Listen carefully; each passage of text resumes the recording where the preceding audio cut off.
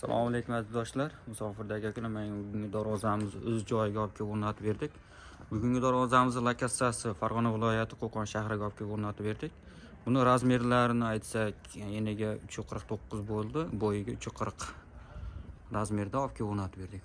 Ko'rishlaring mumkin, juda chiroyli bo'lib chiqdi. Nerjivinkali 2 qavatli. 1.8 dan 2 qavatli bo'lib chiqdi.